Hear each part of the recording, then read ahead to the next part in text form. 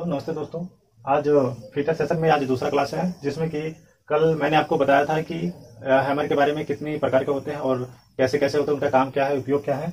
आज उसी सेशन में आगे चल रहे हैं और आपको आज बताएंगे हैंडिंग टूल्स। यानी कि जब किसी भी जॉब पर काम किया जाता है तो उसको पहले पकड़ा जाता है, तो पकड़ने के लिए जो जो औजार उपयोग में लाए जाते हैं वो सारे औजार यहाँ लिखा हुआ है और उनके बारे में विस्तृत चर्चा करेंगे। पहले नंबर पे आता है दोस्तों, देखिए सी क्लैंप। सी क्लैंप कैसा होता है? ये सी के आकार का होता है, जिसमें स्क्रू लगा होता है और इसको ऊपर से खोला जाता है। ऊपर से इसको जॉब के हिसाब से एडजस्ट किया जाता है और यहाँ पे बीच में जॉब फंसाकर कसा जाता है और उसके हिसाब से इस पे काम होता है। ये जो फ्रेम है, ये फ्रेम है कास्ट आयरन का बना होता है। यही सब एग्जाम में आता है कि सी क्लैंप का फ्रेम कैसा है, कौन सा मेटल का बना होता है, तो कास्ट आयरन का ये फ्रेम बना होता है। बाकी ये हैंडल और इसका जो हैंडल और स्क्रू दोनों ये माइल्ड स्टील का बना होता है। इसका जो उपयोग करते हैं, इसको दो वर्कपीसों को एक साथ सटा करके उसको क्लैंप के साथ कसकर उस पर सोल्डरिंग और ब्रेजिंग करते समय इसका उपयोग करते हैं। आते हैं सेकंड पे, पैरेलल क्लैंप। पैरेलल क्लैंप में क्या होता है कि इसमें दो स्क्रू लगे होते हैं और इनके बीच में जॉब को रख के और उसको कंप्रेस करके एक दूसरे सटाया जाता है और उस पर काम होता है। इसके जो स्क्रू है ये भी माइल्ड स्टील के बने होते हैं। दोस्तों, होल्डिंग टूल का मेन पर्पज यही होता है कि जॉब को वर्कशॉप, जो भी जॉब है जिसपे काम हमको करना है, जो भी प्रोसेस करना है, उस पे उसको सिर्फ पकड़ने का यूज होता है। आता है सबसे ज्यादा इंपॉर्टेंट है बेंच वाइस। इससे बहुत सारे क्वेश्चन आते हैं एलपी में, जिसमें इसका जो स्ट्रक्चर है इस तरह से आएगा। इसमें मटेरियल के बारे में पूछ लेता है। जैसे मान लीजिए कि इसमें जो स्टेशनरी है, जो इसमें देखिए क्या क्या जो पार्ट्स है इसके बारे में बता रहा हूँ आपको। स्टेशनरी जॉ, स्लाइडिंग जॉ, फिर ये हैंडल हो गया, स्पिंडल हो गया, फिक्स जॉ, फिर बेस हो गया, फिर स्लाइडर हो गया।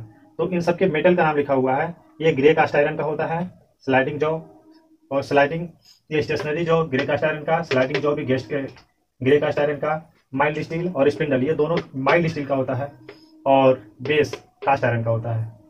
तो इसके यही इतना इंपॉर्टेंट है और इससे कोई सा भी क्वेश्चन आएगा तो ये मटेरियल के बारे में पूछेगा कि ये किस मटेरियल का बना हुआ है। अब इसके आगे चलते हैं। देखिए इसका जो उपयोग करते हैं दोस्तों, इसका उपयोग बेंच वाइस में ही किया जाता है। बेंच वाइस के तौर पर बेंच में ये फिट किया जाता है, बेंच में फिट किया जाता है, बेंच में इसको फिट किया जाता है। और इसको जो प्रयोग करते हैं मोस्टली इसको वर्कशॉप में जो जॉब हो उसको बहुत टाइट यहाँ देखिए ये जो जॉ है इन दोनों के बीच में इसको बहुत टाइट कस के पकड़ा जाता है, ताकि इस पे जो प्रोसेस होता है फाइलिंग या चिपिंग या मशीनिंग प्रोसेस इस पे आसानी से हो सके। तो यही सब आता है इसका उपयोग कि बेंच वाइस का उपयोग कहाँ किया जाता है, मशीनिंग, चिपिंग में।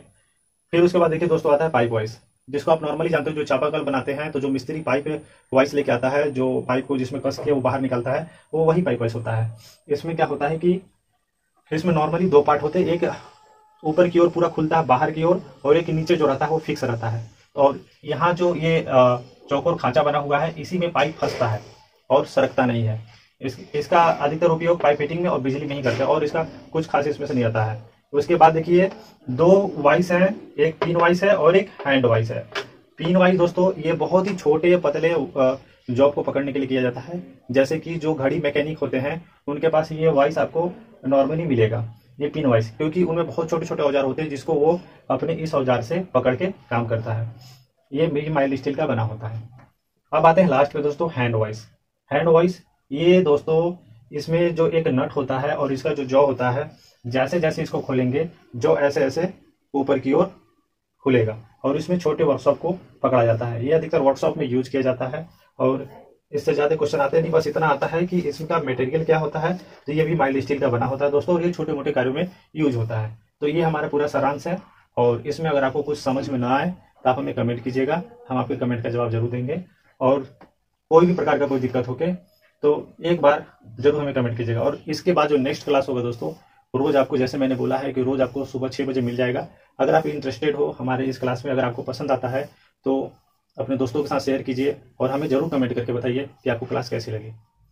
और बाकी दोस्तों नेक्स्ट क्लास में मिलते हैं। जय हिंद दोस्तों।